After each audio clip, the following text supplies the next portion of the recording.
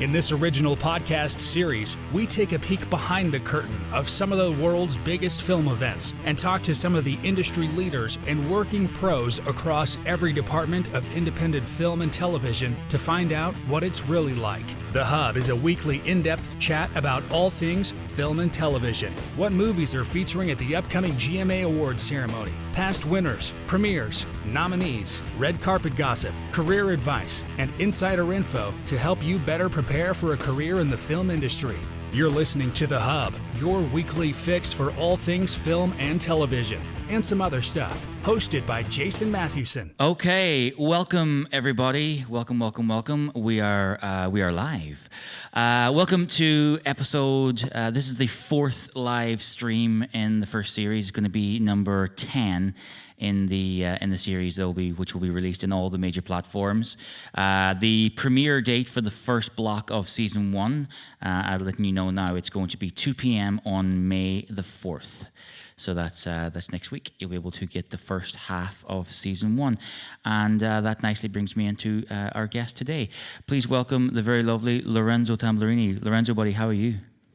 Hello, Jason. Hi, nice to see you. Thank you for inviting me, and I wish a good afternoon to everybody listening to us and watching to us. You're very, very welcome. Very welcome, Lorenzo. It's been a while, buddy. When was the last time I seen you? I think the GMAs. Was it the last GMAs? Cinema.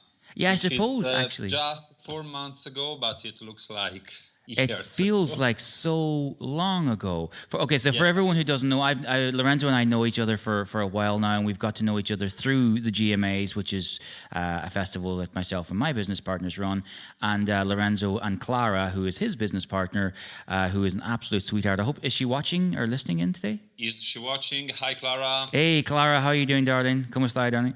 That's about the extent of my Italian.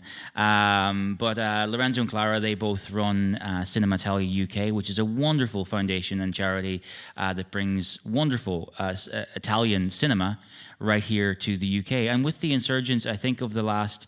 I've noticed myself...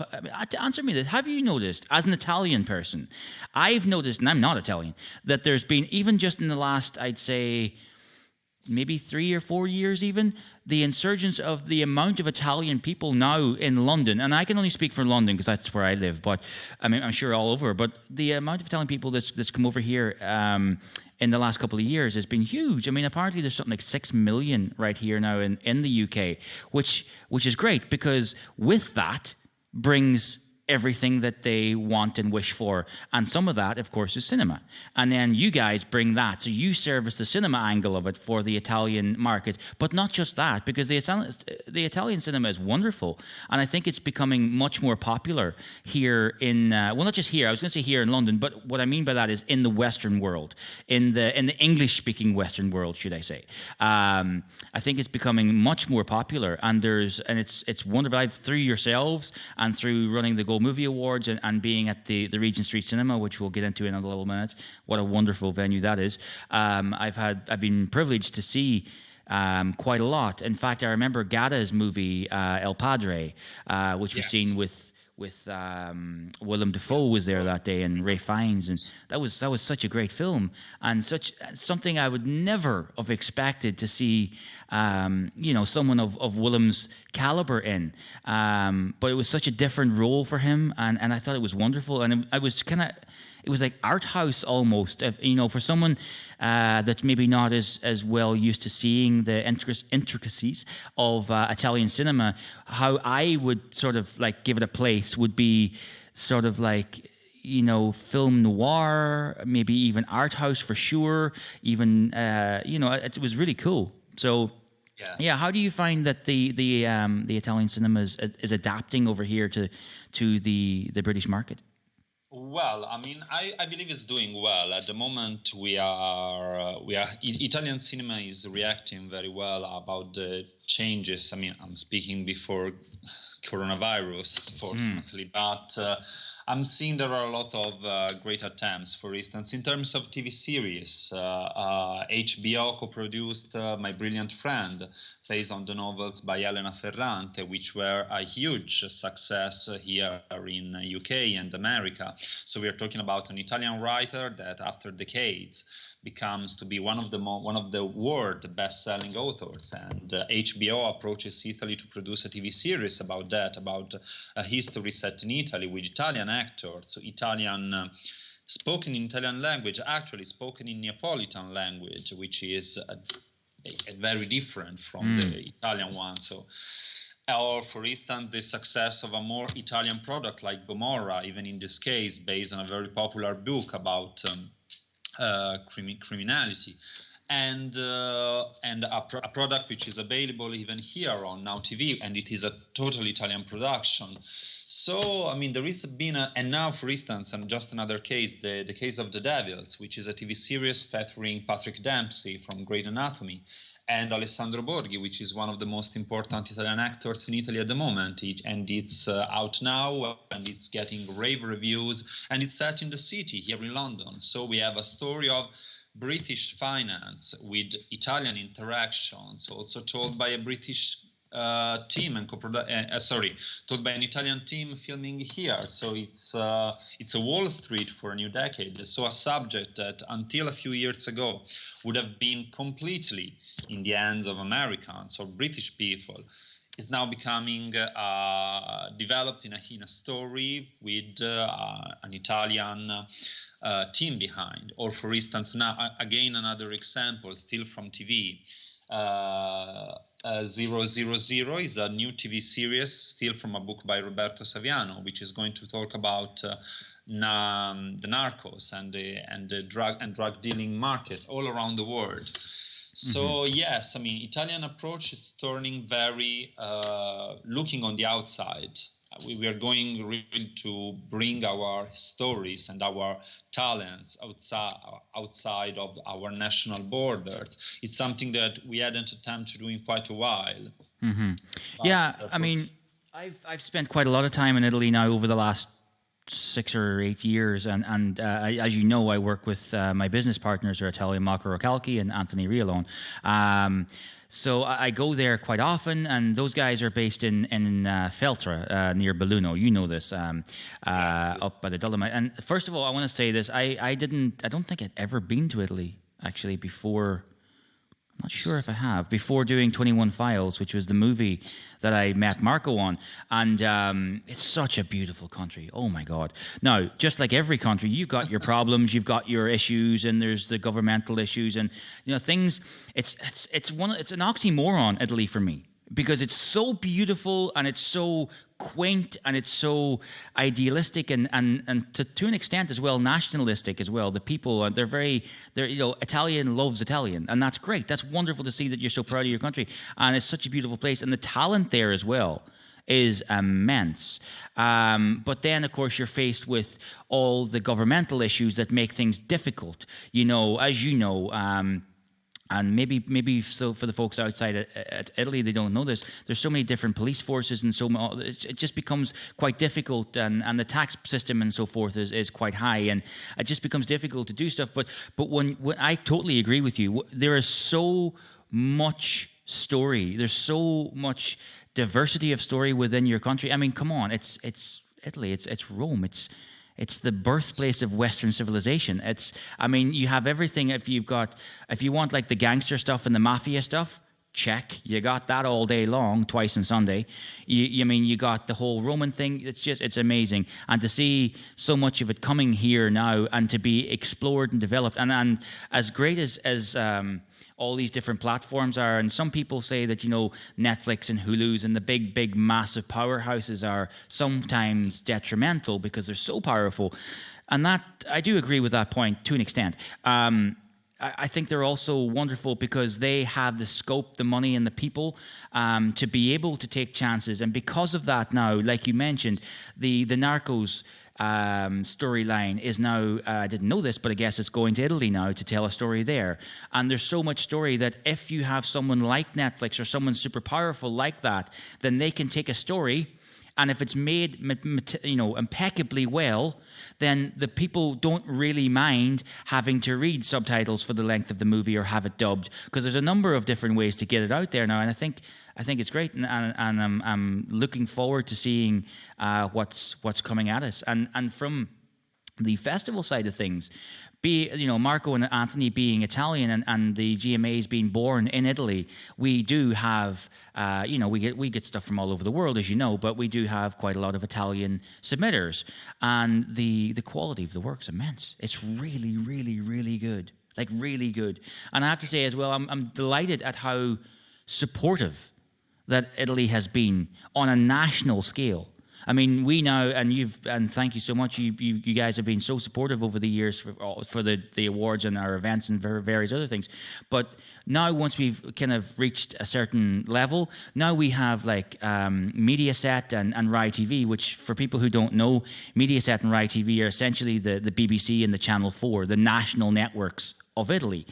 So we have those coming in person to attend our events and bring their cameras and do live feeds and so forth. So they're very, very supportive, and I couldn't thank them more. Federico as well.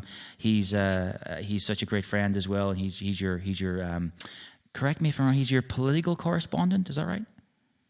Yes, if I'm not. Yes. Let's say also that in recent times, politics has gather all the attention from the Italian news. So let's say that even if you are not a political correspondent, you end up becoming it. But before we get into the films too much and the movies and so on, I can't not ask. I mean, because we're going through Corona now, obviously, and everyone's affected by it. But I think Italy got hit particularly bad. And from all the reports that I've seen via the media, and from everything I've heard from my Italian friends and Marco and Anthony, and the reports and calls and so on that I've been having with those guys, it's bad. It's very bad. Whereabouts in Italy do you come from, Lorenzo? Are you from the north? I come from Tuscany, so luckily I come from an area which, even being very close to the so-called initial red zone, which is Lombardy, our situation has been quite good. I mean, I was very concerned. I have my family there. But luckily, I have to say that the situation in Tuscany has been managed quite well. So, for instance, in my town, which is even quite big, the rate of contagion has been very low. Even the local hospital has been able, at some point, even just to welcome patients from other areas, because there wasn't a great emergency in terms of inhabitants.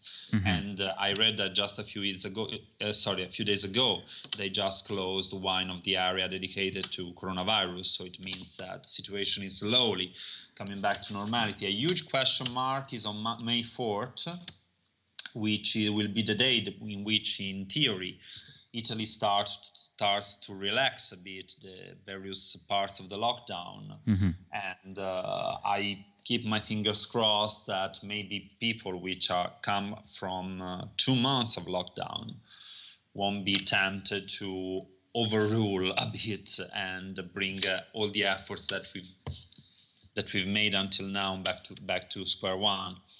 I hope not. I'm just to let people know that we are going out live everywhere really. But we are currently live on Facebook, YouTube, LinkedIn, Twitch, Twitter, and Instagram. So if you want to get your questions in, please do so. Pop them into the chat areas of the respective feeds, wherever it is you're watching in from. And I will certainly do my best to get them over to Lorenzo.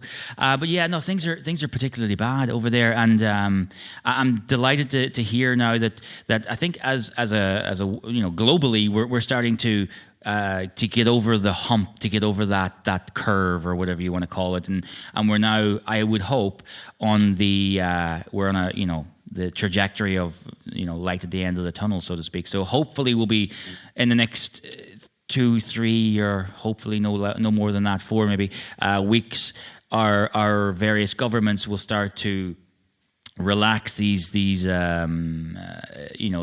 imposements put upon us, and start to allow us, or at least start to begin the exit strategies. Because I know here in the UK, at least, are you here right now, or are you back home? Oh yes, no, I'm here. I never left, basically. Yeah, same. I mean, in fact, I kind of left a bit too long, to the point where when I was like, you know what? Because everyone else did. Everyone else that I live with here in my apartment, they all, which were all Italians, by the the way, all headed back to Italy. So yeah, I mean, I left too long. I wasn't able to get a flight back home when I decided that I wanted to go. But c'est la vie. But yeah, no, it's been particularly bad. But yeah, I'm glad to hear it's coming around. So tell us about Cinema Italia UK first before we get into the films and how that came to be and what it is that you guys do. And for anyone out there who's watching or listening, what it is that Cinema Italia, what service you provide, and if someone wants to get in contact or to work with you or collaborate in some way, how might they reach out? Okay, well, CinemaItaliaUK UK was founded in 2014 by Clara Caleo Green, who is a pillar of the Italian community here in the UK. She has been here since the 60s, and she has always had a huge love for cinema, trying to bring the best of Italian culture here. So this was her last project, and we met by chance in 2015. I was just arrived in London, and I had the opportunity to know Cinema Italia UK and this great volunteering reality, because we really do it just for passion, and we are a group of people that has changed during the time. Now we made a great effort to become a charity, and thanks to some very great collaborators who worked a lot to get this amazing result, and being a charity now allows us to be a bit more present and with a different authority on the market.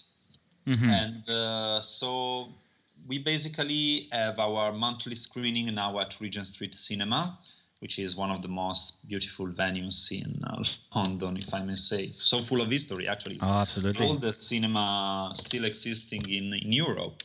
They started with Brothers Lumiere, and I can tell you that every director, actor coming visiting us, the moment they enter into the venue, like they're shocked. It's absolutely beautiful. Let me just I'm gonna pop a picture up on the screen. I'm really keeping my fingers crossed for them, because I know that now they are closed, and like every one of us, we are facing this very tough time. And so gradually Cinema Italia UK grew inside the Italian community. We had the support of precious help like the Italian Bookshop, which is another pillar of our cultural institute. We had the support. We are having also the support of the Italian Institute of Culture, to which we send our greatest regards. And yes, it's we are small, we are independent, but we managed to create something great for the community. And also what I'm really happy is that our audience is coming out from the Italian community now, is expanding a lot through people living in London who love Italian cinema or love Italian culture and want to know a bit more, or just they are curious to explore, because really Italian cinema has a lot to do. Sometimes the general prejudice, let's say, I mean, just saying, so Italian cinema, so you have Fellini, you have Pasolini, you have La Vita è Bella, you have just now Paolo Sorrentino was the last Italian director to have won an Academy Award. But there is so much really behind this, and some stories, way to tell them, directors, actors, and which is really an entire world that we are proud to bring. Sometimes we also brought all the movies that really fascinated our audience by the way they tell stories. And it's a movie that I'm just thinking about, but in 1997, there was this Italian movie, it's called Nirvana, which is basically a sort of foreseeing of the Matrix, because it's about this programmer played by French actor Christopher Lambert. One was Highlander. And basically, he creates this video game, and this video game gets his own personality, and so basically enters in the world of the video game. And it's an incredible story, filmed in Milan, really trying to create this futuristic atmosphere, this dystopian future. And it has some themes that then you can find 3 years later in The Matrix. And it's surprising, and it's a very brave movie to have decided to create such a different world in time when nobody was thinking so much about let's say the world of internet or video games, and we had just a few strange attempts, like it was the Super Mario Bros. Movies or Johnny Mnemonic with Ken Reeves. So it was they sort of started a path that then the Matrix made a bit more manageable for the cinema to come. So we have yes, I mean, Italian cinema is, there is so much to explore, and I'm happy that so many people are coming now to see it, to discover the movies. And also we always try to have at least the director as our guest to present the movies, so we can have a conversation. And it's great to see how many people are coming, making questions, creating this sort of convivial atmosphere. Also because after the movie and the Q&A, we also have some arancini by Etna Coffee, one of our sponsors, and the wine by the Italian consulate. So thank you to both for the amazing support during the years. And so that you have also a chance to stay there, to meet new people. It's a great opportunity of networking, and you can interact privately with the director and the actors, or meet new people, meet new... Absolutely. It's incredible, really. It's a great opportunity, and the atmosphere of Regent Street Cinema helps a lot with that. Yeah, I've been to I can't even remember now. I've been to a number of your events, and anyone who might be thinking, I'm not going to go to one of those because it's I'm not Italian. Well, that's irrelevant. The guys bring over, as I mentioned before, Willem Dafoe and Ray Fiennes were two guests at Gada's screening, and of course that was your event, and yourself and Clara put that together, and it's the most wonderful thing because you get to see films for the most part that you probably have never heard of, but they're wonderful. And then you get to meet these amazing actors, directors, producers, and everything else. Sometimes, a lot of the times, there'll be someone of merit, someone you recognize, someone that's maybe potentially quite famous there. And there's always a lovely atmosphere because, as I said, well, let's just pop up a picture of the RSC on the screen because it really is particularly awesome, this place. For anyone who doesn't know, this is the Regent Street Cinema, which is where Lorenzo and Clara hold, as I say, their monthly event. It is at the building at the University of Westminster, just hop and a skip from the BBC building on Regent Street. It is, as Lorenzo said, the second oldest. I think it is actually the oldest remaining now, by the way. No, it's the oldest, yes. Because the oldest... 1896. Yeah, the oldest cinema in the world ever was in 1895 in Paris, France. But that was destroyed during one of the subsequent wars that happened between then and now. So although it's not the oldest cinema ever to be created, it's the oldest one currently remaining on the planet. So it is absolutely amazing. And about, what was it, Lorenzo, 5 or 6 years ago, they completely refurbished the place to turn it into what you see on the screen right now, because it was different. It was like modern and glass and whatever. And now it's completely different, and it's so authentic. You go in there, and I know you can't see it from the picture right now, but on the stage, there's a massive organ, which they play. They have this organist, or I think, is that right? Have I just made up a word? Is organist? Is that a word? I don't know. I'm coining it if it's not. Anyway, some guy comes in to play the organ to accompany silent movies. I think they do that like once a month, and it's incredible. The sound in that building is immense. It's amazing. I would highly recommend you go check it out. And that's the thing as well. It's not like a private theater where it's only in events. No. It's a operational cinema. You can roll up to it like you can. Well, I won't say their names because I'm not giving a plug, but any of the other cinemas, you can roll up and pop in and see the latest Star Wars or whatever. So yeah, it's really cool, and all the guys there as well, I think you'll agree, are super, super awesome. David and Kerry and Lindsay and Shira, and they're awesome. So it's wonderful.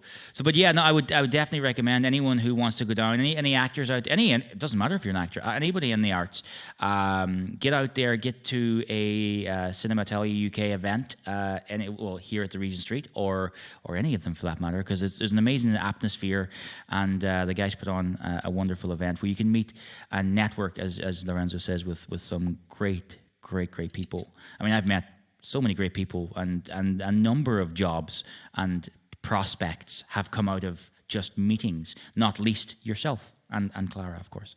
Exactly. Yeah. And it's almost 2 years now that we met. I know, right? It's going on 3, would you believe? I can't believe it. Yes, it's going on 3 now. September 2018. I got 10 flights. Yeah, I think so, right? So what's next for Cinema Italia UK? And also, not just what's next, but how is Cinema Italia UK, how are you coping or adapting with the new climate that we're all in? Because just like ourselves and just like many, many, many other arts-based things, or we'll keep it to arts. Yeah. They tend to be, whether it be film events or a music concert or whatever it is, it tends to be an organization who book an act for music or an actor or whatever it is, and then bring a bunch of people together for an event. Now, obviously, that is the one thing we can't do now with social distancing. So how is that affecting your business, and how are you adapting your business to cope with the new climate? Well, at the moment, our main concern is for the venues with whom we cooperate, because we just want to see them back to thrive, to be open. We just can't wait to have our events again. So on our side, we are adopting a strategy of resilience. We created a film club, which I'm happy to say, because we managed to create a collaboration with one of our other collaborators, which is Cult Films. Cult Films, they are home video distributors here in London, and they distribute on DVD and on streaming at the moment also some of the great classics of Italian cinema, like the movies of Federico Fellini, like La Dolce Vita and Otto e Mezzo. They have Il Postino by Massimo Troisi. They have some of the movies by Dario Argento, like Suspiria and Opera. So they reprint them and with amazing edition for the UK market. But at the moment, they have also their movies available on platform like Prime Video UK. Mm-hmm. So at the moment, we made this agreement that we are promoting their screenings as we cooperate. We had cooperated in the past, where will still cooperate in the future. So at the moment, Cinema Italia UK we are not distributors, so we cannot screen something directly. Mm-hmm. But we managed to have the possibility to screen these classics of Italian cinema. Some of them are comedies, some dramas, some are movies that you heard a lot about them, but you have never seen. And so this is our small film club, like other companies are doing. And we are trying also to see if we can have the possibility to have some exclusive screenings from other distributors, but it takes time. Let's say that at the moment, I know. See, distributors have found themselves with all the projects blown up. Cannes has been cancelled. We don't know. Venice and Rome for the moment are confirmed, but we don't know if it's going to be for sure or not. Some festivals moved online, for instance, like the Turin Film Festival, which is. Did you hear the news today that the Oscars are now online? The next Oscars is going to be online. It's going to be online, yes, and they allowed streaming movies. To be submitted, which is a great victory, I believe, for Netflix and Prime Video, because if we think about all the fuss that has been made for Roma, or even Beast from, sorry, I forgot the name, the one we did Riselba about a couple of years ago, which was going to be Selma. No, it's the one, Beast from Other Nation, I think. I don't remember correctly than him now. But basically there was a huge backlash for a movie which was available basically only on streaming to be nominated for an Oscar.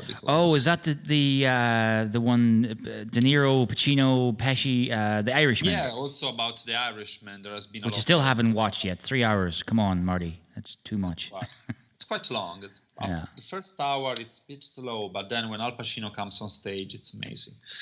And he celebrated his 80th birthday just day before yesterday. So, happy birthday, Al! What an inspirational actor he is, and a bona fide legend. So that nicely takes us on to some of the films that you guys have done. And now, like I said to you off air before we come on, my Italian is rocky at best. Reading and pronunciation, I'm not even going to attempt it. So we're going to get through the first three here. These are movies that you guys had screened as part of your screening program that has that's already been complete. And then there's 3 or 4 others that are in process, that are about to be screened and probably would have at this point had Corona not dropped a bomb on our heads. But anyway, let's get to the first one. It's El Campino. El Campione. There we go. That's what I said. Campione, Sure. I just said the stands same. as the champion, is our last screening, actually. The last screening we did at Regent Street Cinema in February. And it's a delightful comedy about this spoiled football star who starts a friendship with a disillusioned teacher who doesn't know anything about football. So it's a sort of goodwill hunting set a bit in the world of football, with the participation of the real football team from AS Roma. And it's an amazing comedy, really funny, which has received a lot of awards. And we loved it also because it's a story about 2 very different people who managed to go beyond the difference and the prejudice that they have for each other and learn the one from the other. It's a great feel-good movie, very well written, with 2 great actors. Stefano Accorsi is one of the most established actors in Italy and France as well. He is having a great career in France as well. And Andrea Carpenzano, the other actor, is one of our emerging stars and is really a very talented actor, of whom we screened many movies. But here is this is a great performance of him as this really unapologetic football star who believes that the world is at his feet and period. So we really loved to screen this movie, and there was a great impact on our audience. So it has been a great experience. That sounds amazing. And we really wish to repeat it very soon. That sounds amazing. The other title, okay, that's great. Let's get on. And then the next one is this one here, La Storia del... You can take that away. There we go. Which is The Stuff of Dreams. And this is a movie that we really love. This is one of our much more loved movies in all our history. It's really a gem because it's a movie which has been very unfortunate in terms of distribution. But he managed really to show him itself a very strong resilience, because he went on winning the most important award in Italy for the screenplay. And then with a huge work of word of mouth, he managed really to be seen, and he became really it's a hidden gem of the cinema, and in my opinion, one of the best movies of the decade so far, really, generally speaking.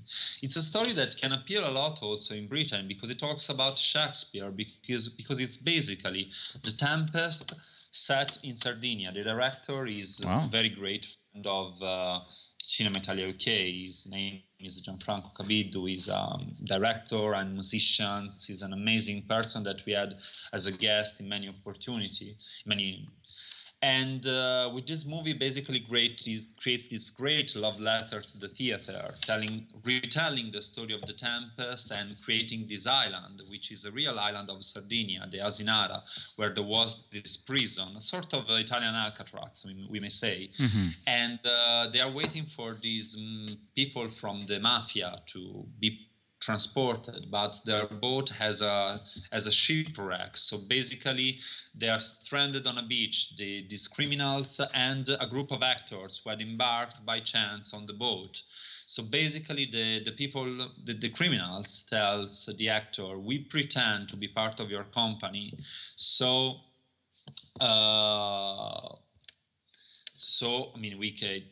they won't get us." But the director of the prison suspects something like that, so decides to have them play The Tempest just for them. So it's this incredible work of the story and of meta theatrical approach in which they retell the story, which has become also part of their lives. It's beautiful because it really shows such a love for theater, and I'm happy. And it was a great success here too. He has been presented also in other festivals here in the UK, and also because it's about something that is a national treasure like William Shakespeare, but also it re-reedits with a very Italian approach, with putting the tradition of Sardinia, which is an island, but it's also a culture on our own. We screened many movies about Sardinia, and I tell you, the approach of people is huge when they come here to see, and it's really a beautiful story that we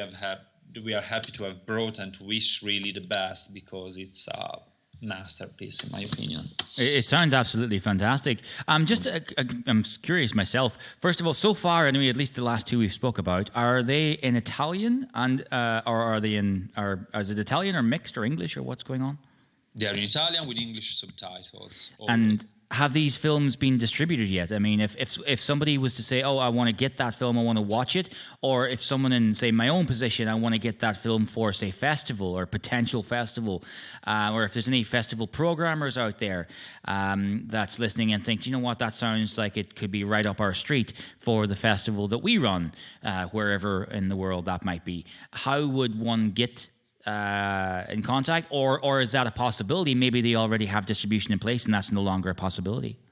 Well, some Italian movies, I mean, the movies which I show you now are all available. I mean, there is not an international distributors for neither of them. Sometimes the biggest buyers for foreign markets usually are from France or Germany concerning Italy, so they get the rights from abroad. We basically see ourselves as a lot of filter, because we screen the movie and we invited distributors to see them, and in some cases this brought to an acquisition from UK distributors for Italian movies. Mm-hmm. So it's we just a further stage of.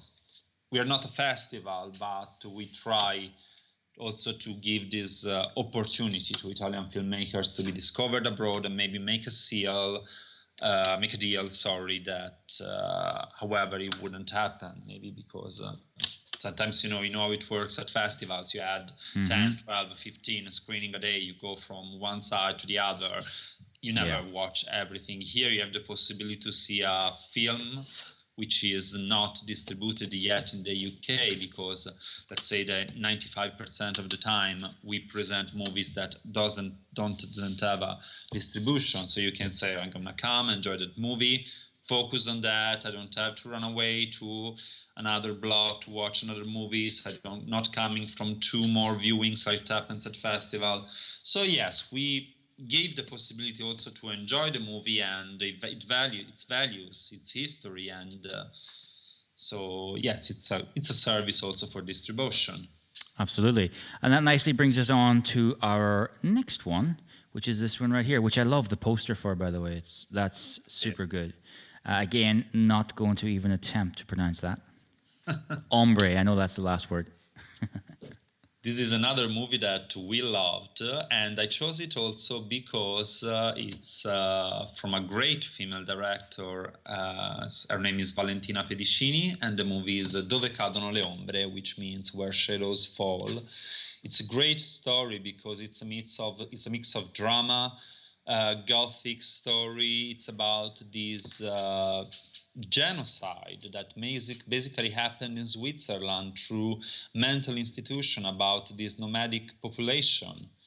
And it's a terrible fact that has been kept hidden for decades, and she found documents. She went through a great work of reconstruction, also with the help of a poetess belonging to this community, and who talked in her works about her own experience in mental asylum. And so it's a beautiful story because it's this woman trying to reconnect with her own past, working in this care home for old people, where at this point arrives this old woman, and the old woman used to run that place years and years ago, and she was the one in charge of having these children separated from their families and grown up independently, trying to eradicate their origins from their past.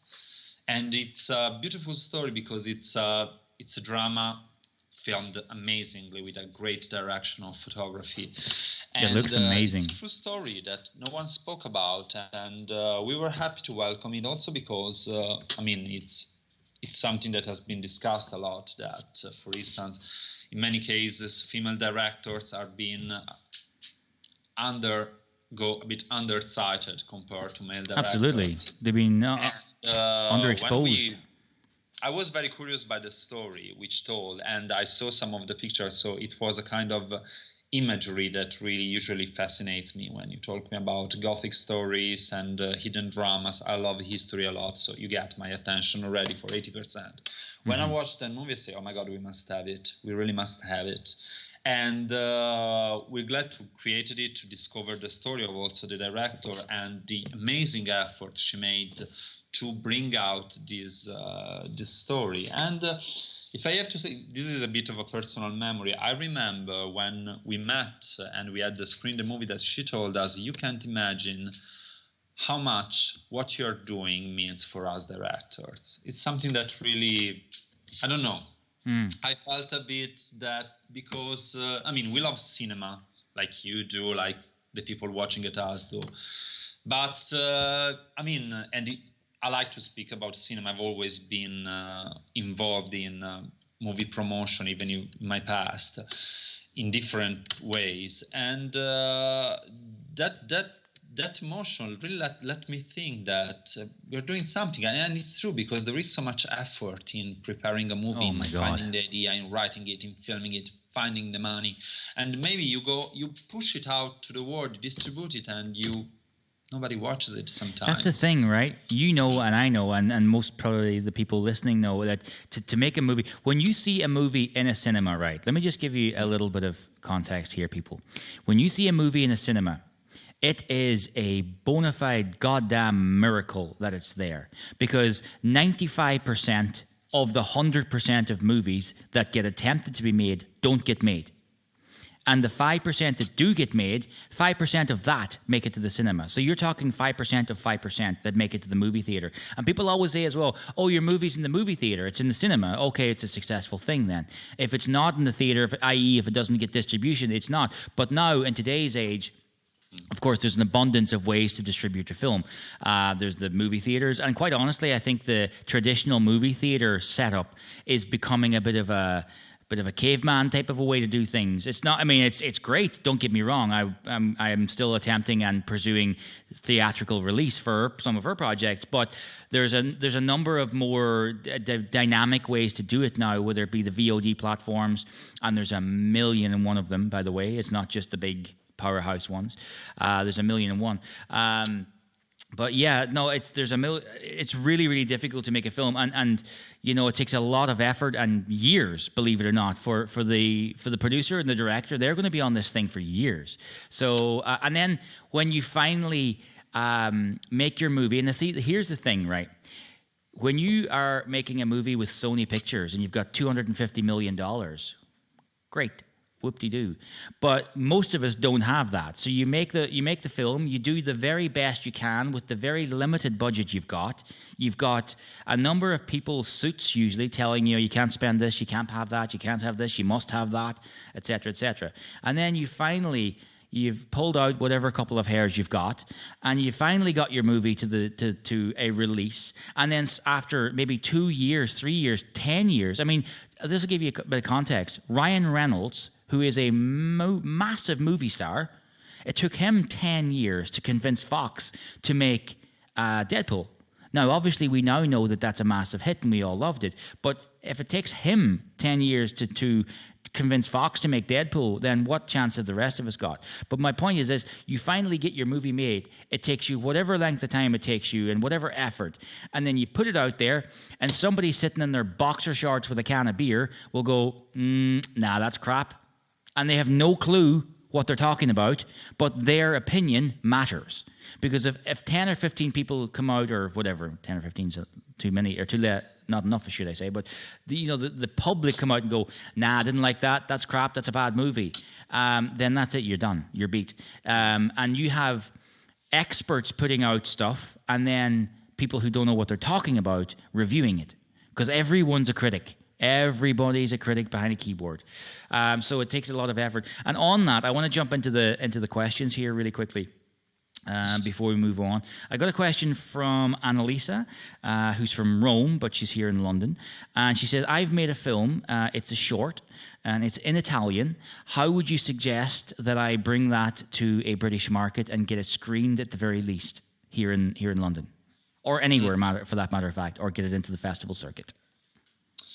Well, great.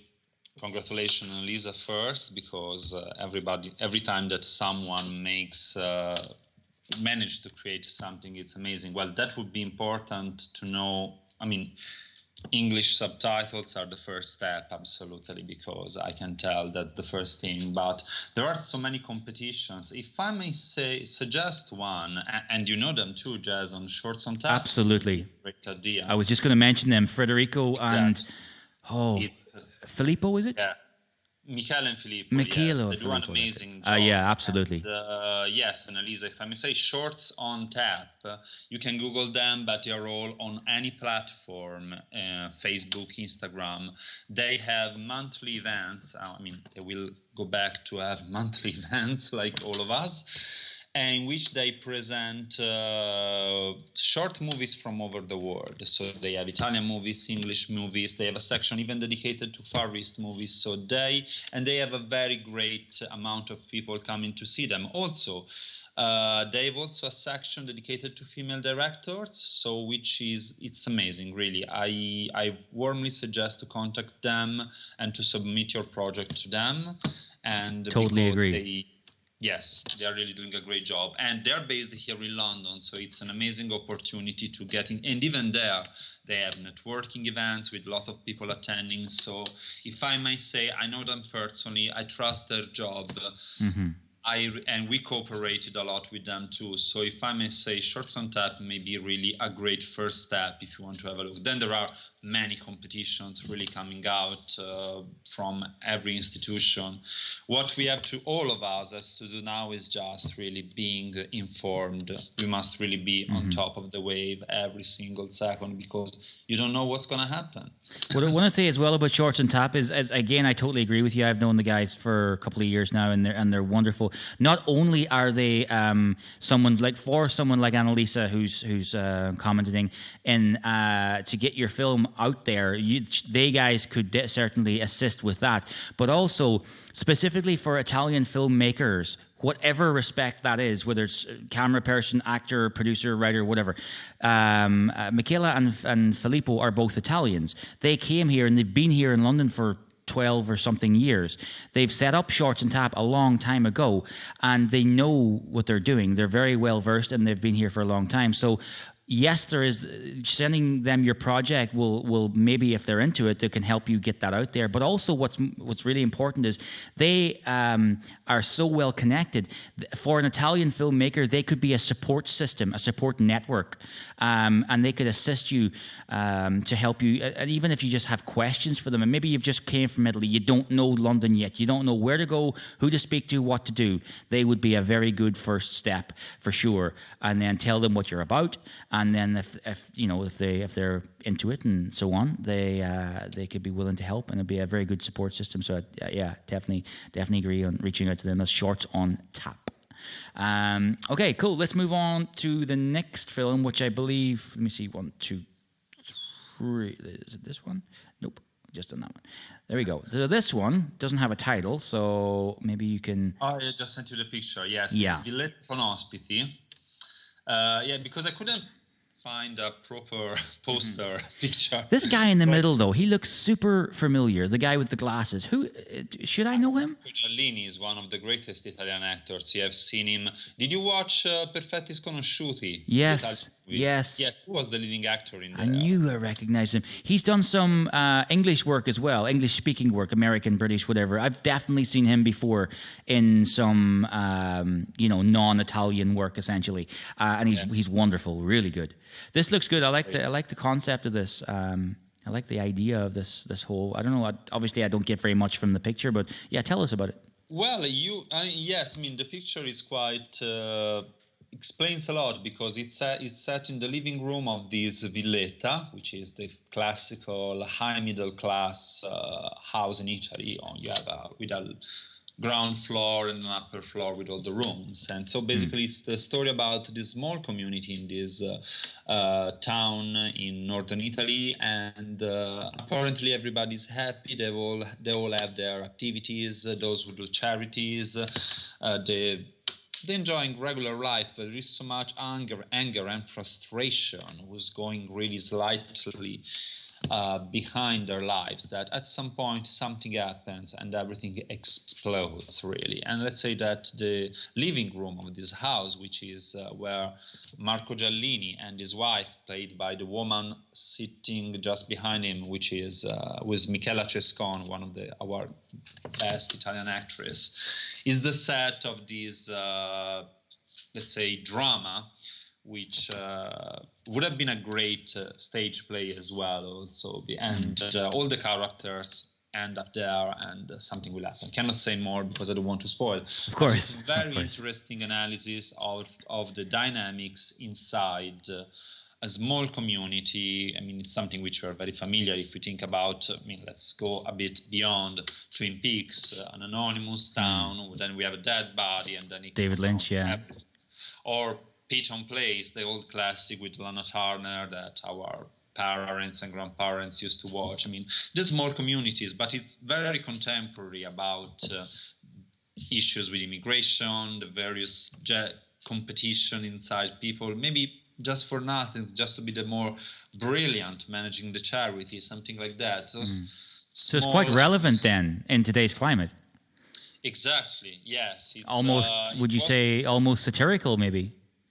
Yeah, really. It's Definitely a movie that really we loved. And it was going to be our screening in March. Okay. And we temporarily postpone it to June now. Fingers crossed that we can reopen somehow. And most of all, Regent Street Cinema can reopen somehow. But it's a movie that we definitely want to show because it tells it tells a very interesting story, and there is a great job of character study of the actors involved. Wonderful. And that nicely takes us on to our next one. It's Vanya. Oh, yeah. That's a project I really loved. You know, this poster makes me think of Fargo. When I see this poster, I think Fargo. Yeah. It's completely different. But William H. Macy. Yes, it is. This is a documentary, an amazing project by an amazing actor and human being, if I may say, because I had the chance to write to him a lot in these months while planning the event, and was Vinicio Marchioni. He was also featured in Villetta con Ospiti in a small role. Actually, he's an actor. We screened a lot of movies about him in the last couple of years. He's very popular in Italy, and he's also a great actor and stage director. And so he created this. Last year he did a play about Uncle Vanya by Anton Chekhov, which by chance was also on the West End, in the amazing version with Toby Jones and Richard Armitage. I went to see it. It was amazing. Love Toby Jones. What an actor. Yes, he's nominated for the Olivier Award.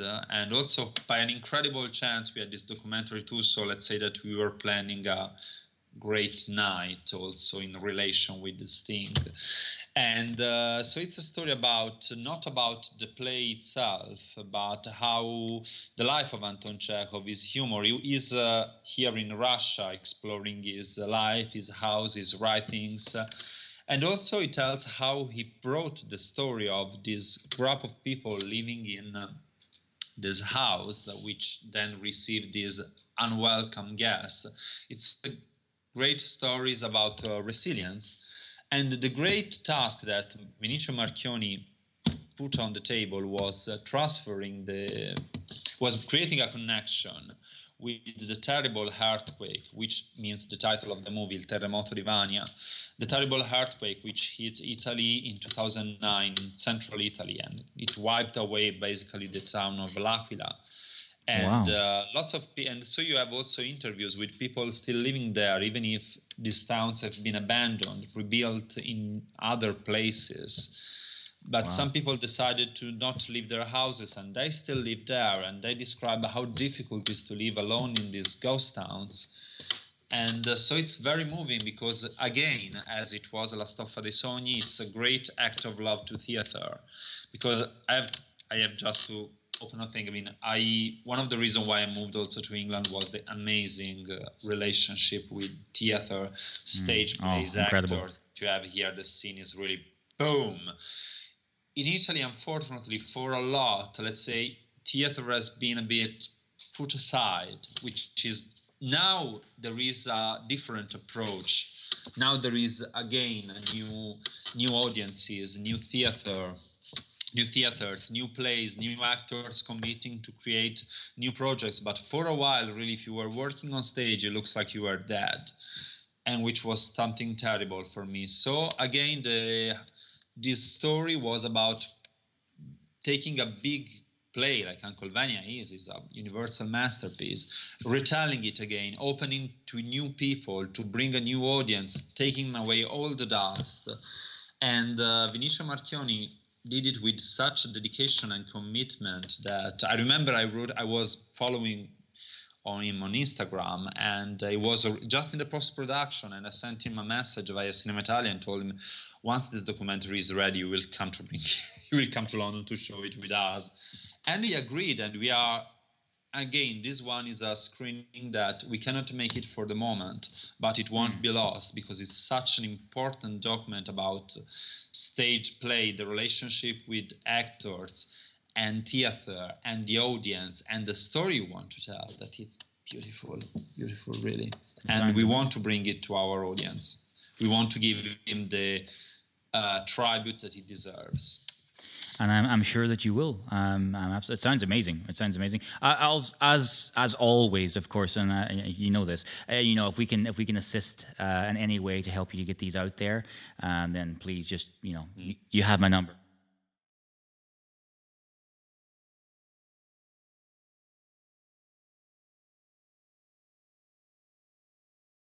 But this looks great as well.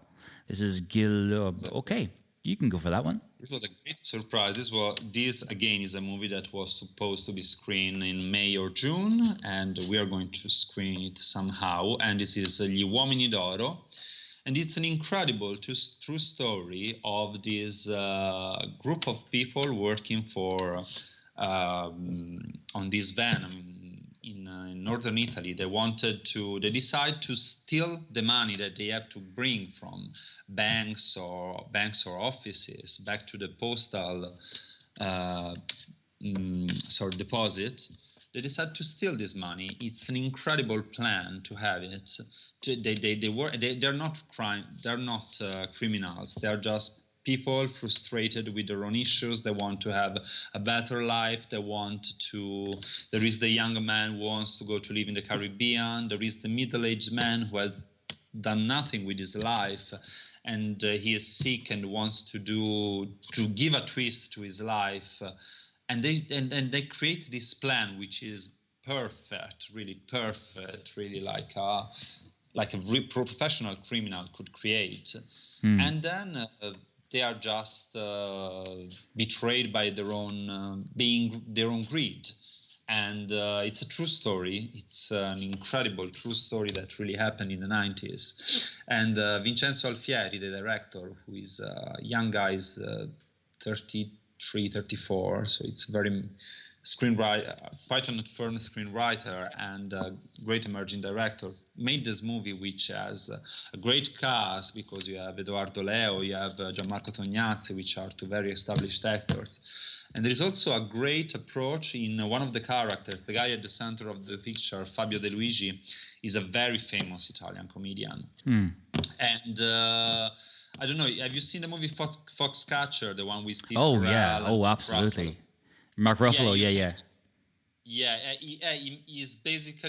does the same. So basically, you remember Steve Carell, the 40-year-old virgin, The Office, the funny guy that a bit dumb, and which was basically played in his previous movies or TV sketches.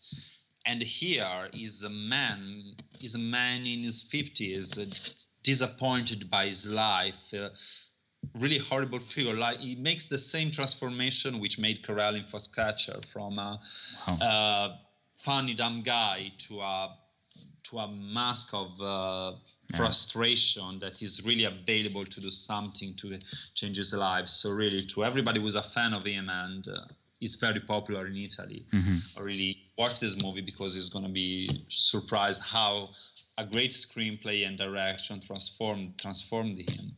And actually, this was an intuition by the director, because they told me that the producers were oriented on a more typecastable actor, and they say, no, I want him. I want to see how it works on him.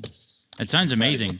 And actually, it sounds a little, well, not a little, but it sounds like a movie I did last year. Yeah, last year. The new Guy Ritchie picture called Cash Truck with Jason Statham and Scott Eastwick and so on. Yeah, it sounds amazing. But I can't believe it, but we're over the hour, would you believe, already? So for anyone out there who wants to know, and also we got another question as well from Martina, who's asking, how can we get in contact with you? Well, that was going to be my question. So how can people get in contact with Cinema Italia UK? And if they want to send you guys something, they think, you know what, I have something, I have a script, I have a picture, I have a complete film, short, feature, or whatever. I want to get it to you guys and then see what you think and see how you can assist, and if you're willing to, of course. Okay, well, it's quite easy to get in touch with us. We have our social media channels, we have Facebook, Twitter, and Instagram, but we have also a website. So it's you can Google CinemaItaliaUK. We have our website with our contacts and emails. It's possible to contact. I have to say something. It happened in the past that people, writers or actors, contacts us for projects. We, unfortunately, we wish we could. We cannot give any kind of personal help in the term, because we are not producers, we are not distributors. Sure. We can give advice, let's say, or we can, as we did before, I mean, we can know someone to contact, but we are open to give a help, to listen, and to put in contact maybe with other people. This is something I really need to say, because I understand how difficult it is to look for help in terms of finance. And people say, would you help us to finance this project? Unfortunately, we can't. We are a charity. We really just use our economic force to finance the following projects. Yeah. And I really hope we evolve so much to become our own distribution power force. But yes, I mean, as I say, there is no problem. There is always someone, or me or Clara or someone, checking the emails. So we are happy to give advice, as I say at first, or suggestions. But we are more, I mean, there is always room for to listen for us. We are really happy to help if we can. Well, of course, I will put all the links and the social media handles and website links and so forth that you just talked about. That'll be in the description box below. And again, as I say, we are going to launch the first half of season 1 of the podcast here on May 4th at 2 p.m. GMT, so that's UK time. And then from there, so if you didn't catch the live stream, so i.e. this, you will be able to watch back all the videos, at least for the first half, on May 4th. And then the subsequent audio versions will be on all the different platforms, as you see on the screen, iTunes and Tunein and Spotify, and all those things. Lorenzo, buddy, it's been an absolute pleasure. I can't believe it's over an hour already. If there's anyone else out there who wants to get in contact, as I said, you can do so via the links below. And please don't forget that, while, as Lorenzo mentioned, he and his team are not financiers and will not be able to assist you in that way, at least not, providing the finance. There is a means and a way to finance a film. So although they don't do that, they will be able to tell you maybe, or point you in the right direction of people who do that. And then you can, you can head down that very weary path. Yeah. Guys, it's been a pleasure. Lorenzo, thank you so much for coming on. And we'll catch you on the next one. Yeah. hopefully at some point even personally. Oh, absolutely. Thanks again for this amazing idea, and you're very, very welcome. Thank you for coming on. Guys, it's been a pleasure. For everyone watching, thank you so much for watching. And as I said, May 4th, we will be launching the first half. Until next time. Don't forget to subscribe to The Hub for the latest episodes. You can find us on all your favorite podcast platforms and media. The Hub, your weekly fix of all things film and television, and some other stuff. Find us on Facebook, Instagram, and Twitter at Jason Matthewson.